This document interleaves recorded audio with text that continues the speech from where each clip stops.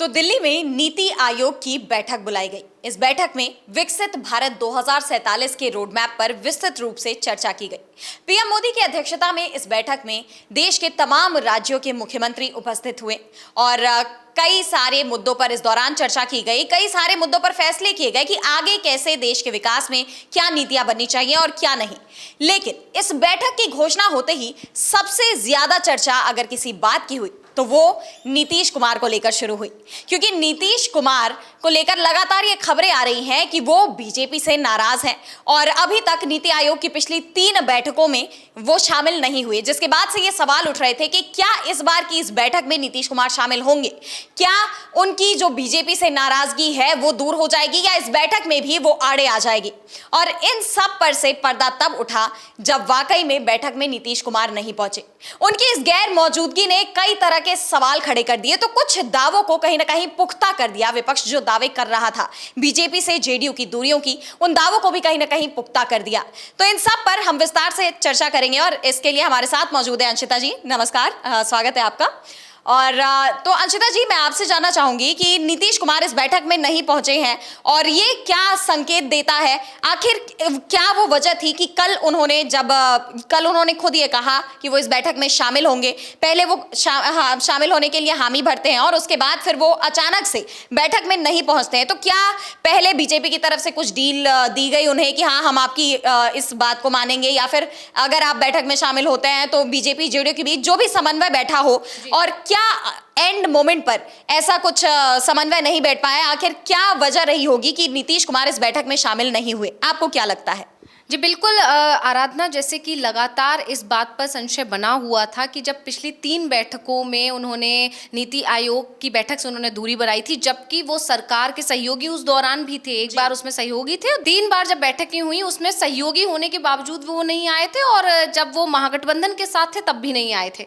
तो ऐसे में इस बार सबसे बड़ा सवाल तो यही था कि बिहार विधानसभा चुनाव इस साल के आखिर में होने हैं, उससे पहले जो नीति आयोग की बैठक होने वाली है, क्या इस बार नीतीश जाएंगे? हालांकि जानकारों का यह दावा था कि नीतीश इस बार भी दूरी बनाएंगे, और इसकी सबसे बड़ी वजह जो मानी जा रही थी, जिस तरह से बिहार चुनाव को लेकर बीजेपी और जेडीयू के बीच खींचतान बनी हुई है सीट बंटवारे को लेकर, और सबसे बड़ी बात सीएम फेस को लेकर जिस तरह से खींचतान बनी हुई है, बीजेपी किसी भी कीमत पर खोलने के लिए राजी नहीं है अपने पत्ते। बीजेपी की तरफ से पूरी तरह ये कोशिश की जा रही है कि कैसे भी महाराष्ट्र वाला फॉर्मूला बिहार में फिट कर दिया जाए। तो इसको लेकर नीतीश कुमार और उनकी जेडीयू ये समझ रही है कि बीजेपी उनके साथ खेल कर सकती है। ऐसे में यह दावा किया जा रहा था कि नीतीश कुमार अपनी नाराजगी जाहिर करेंगे और बैठक से दूरी बनाकर बीजेपी पर दबाव बनाने की कोशिश करेंगे।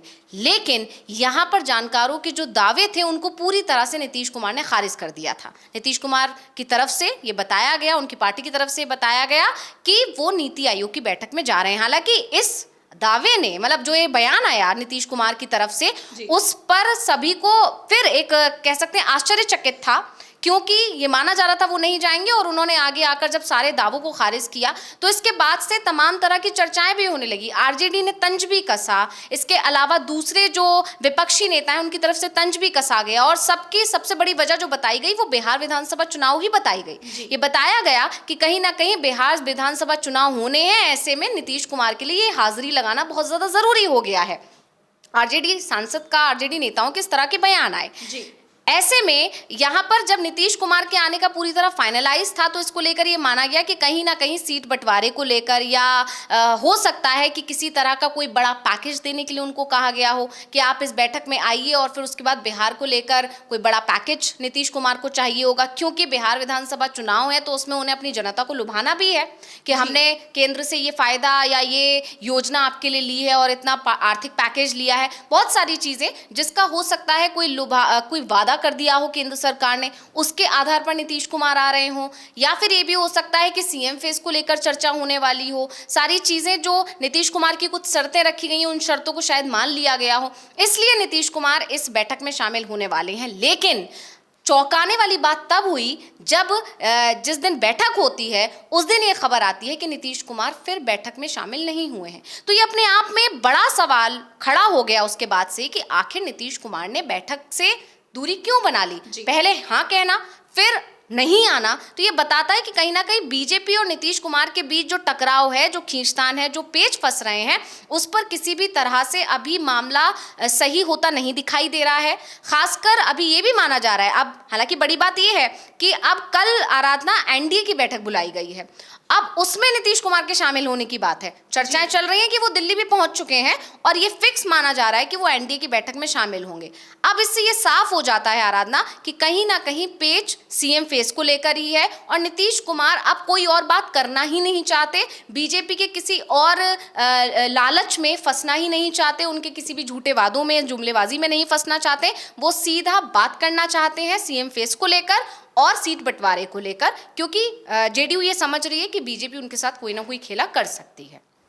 जी बिल्कुल, यानी नीतीश कुमार का इस बैठक में ना पहुंचना कई बड़े संकेत दे रहा है, कई बड़े सवाल भी खड़े कर रहा है। अगर नीतीश कुमार इसके बाद एनडीए की जो बैठक होने वाली है उसमें शामिल होते हैं तो ऐसा माना जा रहा है कि इस दौरान बिहार विधानसभा चुनाव को लेकर चर्चा हो सकती है। बिहार विधानसभा चुनाव में सीएम फेस से लेकर सीटों के बंटवारे तक नीतीश कुमार अपनी डिमांड रख सकते हैं, और ना सिर्फ रख सकते हैं बल्कि एक तरह से चुनौती भी दे सकते हैं बीजेपी को कि अगर उनकी डिमांड नहीं मानी गई तो वो कोई बड़ा फैसला भी ले सकते हैं। इस तरह के तमाम कयास लगाए जा रहे हैं और ये सारी चर्चाएं केवल और केवल इस वजह से शुरू हुई क्योंकि नीतीश कुमार, जो कि पहले नीति आयोग की बैठक में शामिल होने वाले थे, वो अब शामिल नहीं हुए हैं। और इस पर कांग्रेस के भी नेताओं के, सांसदों के बयान सामने आए हैं। सबसे पहले आपको सुनवाते हैं कि कांग्रेस सांसद तारिक अनवर ने क्या कहा है। देखिए, उनका नहीं आना बहुत सिग्निफिकेंस है। भाई डबल इंजन के वो भी मुख्यमंत्री हैं और वो जिसकी सदारत प्रधानमंत्री स्वयं कर रहे हैं और उस बैठक में नहीं आना, ये तो एक राजनीतिक संकेत देना चाहते हैं, वो कुछ ऐसा लगता है। तो आपने सुना कांग्रेस सांसद तारिक अनवर को, और ये भी यही बात कह रहे हैं कि नीतीश कुमार का इस बैठक में शामिल ना होना एक बहुत बड़ा संकेत है।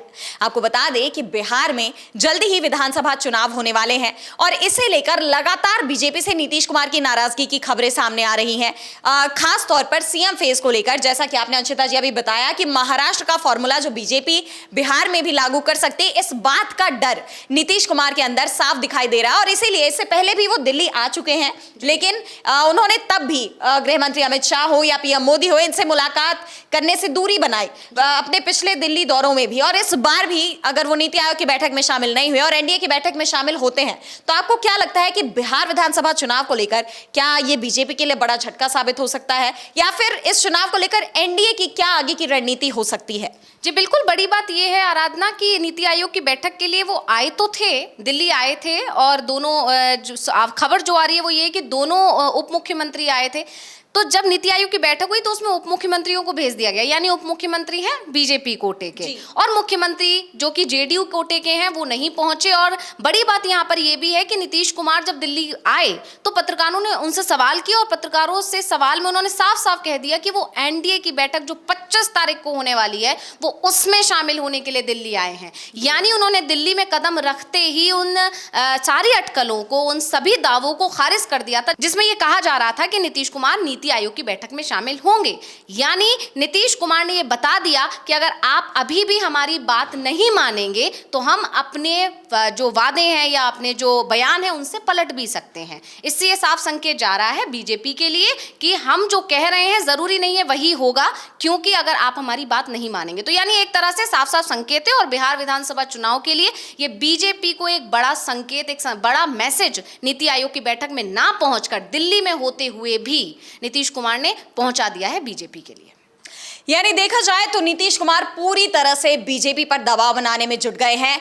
किसी भी हाल में वो इस बार बिहार में अपनी सीटें नहीं जाने देना चाहते और वो सीएम फेस के लिए भी पूरी तरह से अपना पलड़ा भारी रखे हुए हैं। इन सभी राजनीतिक हलचल के बीच बिहार विधानसभा चुनाव को लेकर क्या कुछ सामने आता है, सियासत किस मोड़ पर जाती है, इन सब पर हमारी नजरें रहेंगी और आपको भी हम इन सब से रूबरू करवाएंगे। लेकिन फिलहाल के लिए हमें दीजिए इजाजत। बहुत बहुत शुक्रिया अंशिता जी आपका सभी जानकारियों के लिए। नमस्कार।